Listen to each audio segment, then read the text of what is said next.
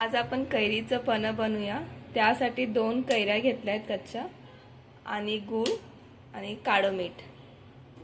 कैरी टाकून आपण कुकरच्या 3-4 शिट्ट्या करून घेऊया।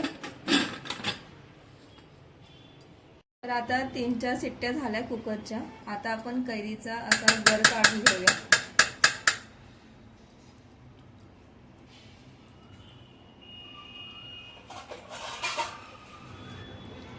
असं व्यवस्थित गर काढून घ्यायचंय चम्मचने।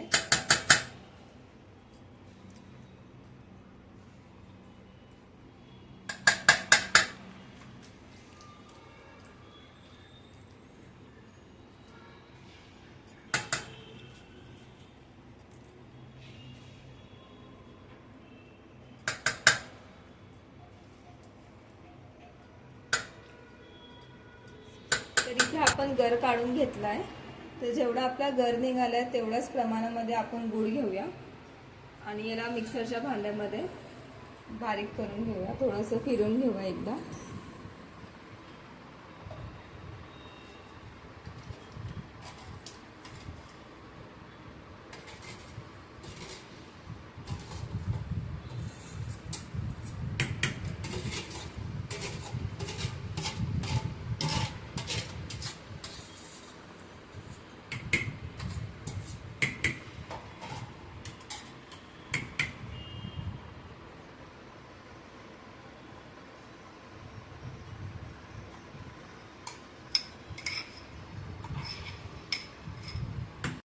याच्यामध्ये 1 चम्मच काळं मीठ टाकूया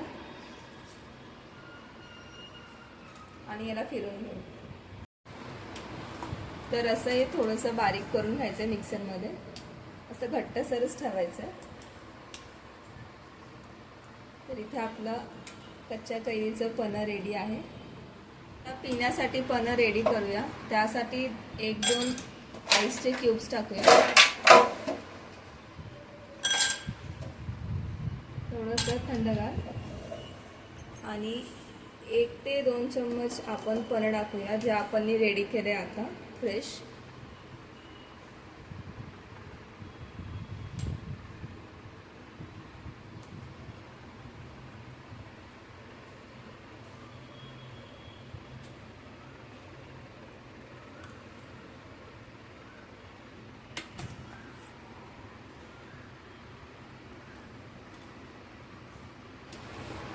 आणि त्यानंतर असं थोडं थंड पाणी टाकायचंय। तुम्ही माठातलं पाणी पण टाकू शकता किंवा फ्रीज मधलं पण।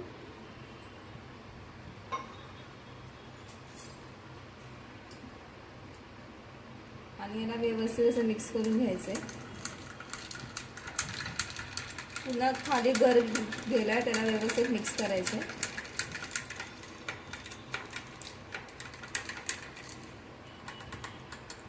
आणि गार्निशिंग साठी तुम्ही पुदिना टाकू शकता। पुदिनाचा टेस्ट पण पन्हामध्ये उतरतो। तर आता इथे थंडगार पन्ह पिण्यासाठी रेडी आहे। खूप टेस्टी झालंय आंबट गोड।